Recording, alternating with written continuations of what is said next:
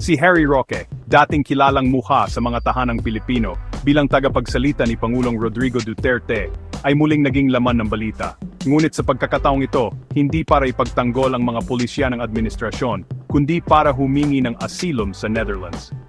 Si Roque, isang abogado, ay nagsasabing biktima siya ng persekusyong politikal. Nangangamba siya para sa kanyang kaligtasan at kalayaan dahil sa umano'y pagkakasangkot niya sa kontrobersya ng Philippine Offshore Gaming Operators, POGO. Ikinagulat ng marami ang paghingi ni Roque ng asylum. Ito ay naging mainit na usapin at hinati ang opinyon ng publiko. Ang ilan ay nakikita ito bilang isang desperadong pagtatangka upang umiwas sa pananagutan, habang ang iba naman ay naniniwala sa kanyang mga pahayag ng persekusyon. Si Roque, na nagsilbing tagapagsalita ni Duterte mula 2017 hanggang 2020, ay iginiit na lehitimo ang kanyang paghingi ng asilum. Pinanatili niya ang kanyang pagiging inosente at sinabing siya ay tina-target dahil sa kanyang kaugnayan sa dating Pangulo. Ang paghahanap ni Roque ng asilum ay nagsimula sa investigasyon ng House Quad Committee sa mga POGO.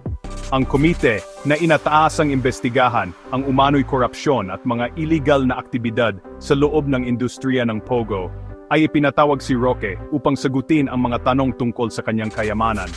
Pinaghihinalaan nila ang illegal na pagpapayaman na may kaugnayan sa mga POGO.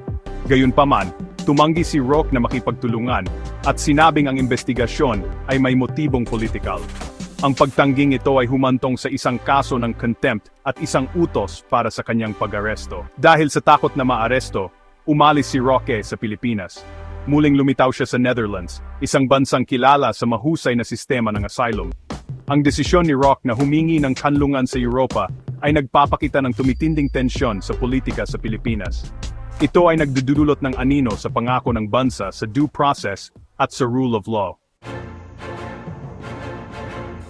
Ang Philippine Offshore Gaming Operators, o mga POGO, mga online gambling firms na pangunahing nagsisilbi sa mga kliyenteng Chino, ay naging paksa ng maraming kontrobersya. Bagamat nagdala sila ng malaking kita at lumikha ng mga trabaho, ang mga POGO ay naugnay din sa iba't ibang illegal na aktibidad. Kabilang dito ang money laundering, prostitusyon, at kidnapping. Layunin ng investigasyon ng House Quad Committee na bigyang linaw ang mga illegal na aktibidad na ito at panagutin ang mga sangkot. Ang komite, na binubuo ng mga kinatawan mula sa iba't ibang partido politikal, ay nagsikap na ilantad ang katotohanan sa likod ng madilim na bahagi ng industriya ng POGO. Natuklasan ng kanilang investigasyon ang isang masalimuot na lambat ng korupsyon na may mga paratang na